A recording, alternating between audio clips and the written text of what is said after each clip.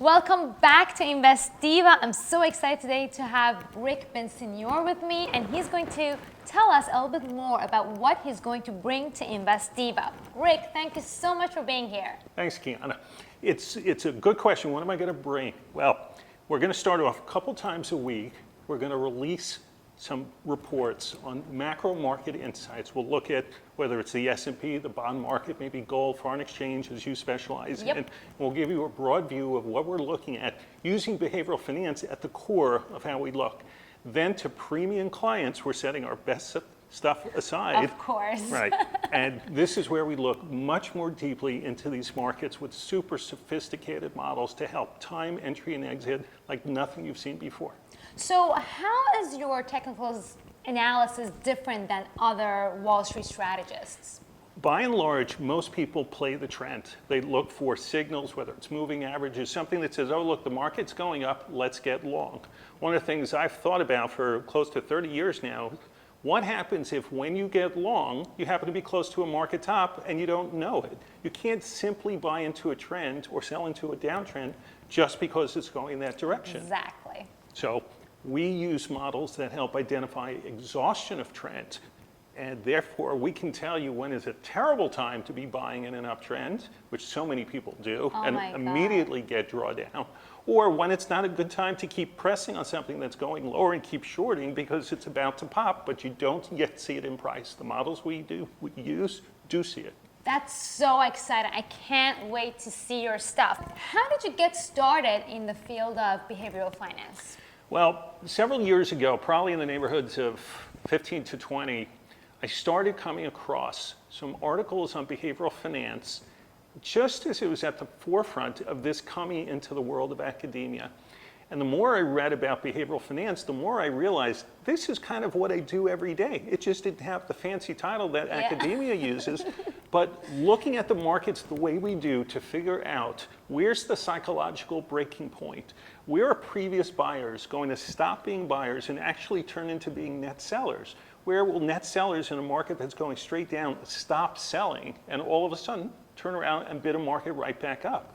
If we can identify, which we do so often, where those levels are, we've got a tremendous advantage over how most people look at the market. And do you only use technical analysis, or you look at the fundamentals as well? I look at macro fundamentals, but I never dig into individual corporate securities fundamentals. That we let the analysts do. Some do it well, some don't do it well, but that's not an area I delve into. But we always look at the macro fundamentals of the market.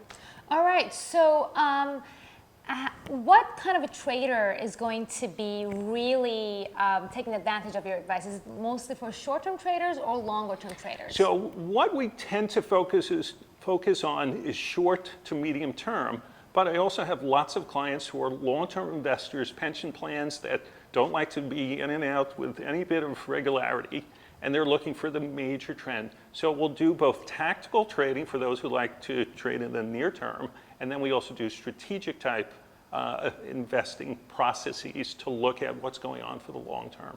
That's so amazing. So Rick, I know that you've worked with some of Wall Street's most famous people, like you've worked at so many big corporations.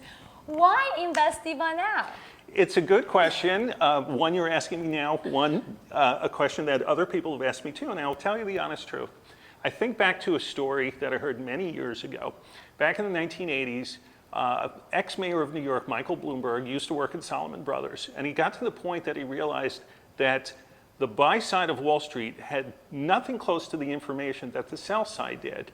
And he went out and created the company Bloomberg to kind of even the playing field.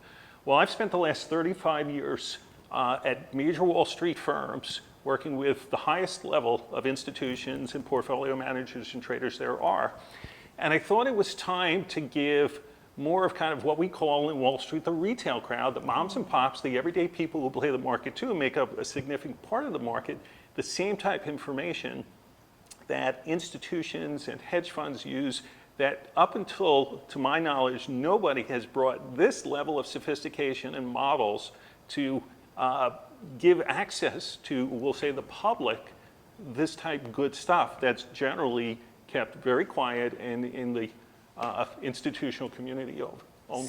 So you're just so generous that you're going to dig into Invest Diva community and help them grow their wealth, not only the corporate clients, but the retail traders. That's correct. That's really, correct. really nice of you. Thank you so much for joining course. us. We're so excited to have Rick, and stay tuned for more updates from Invest Diva on Rick Bensignor's Signals.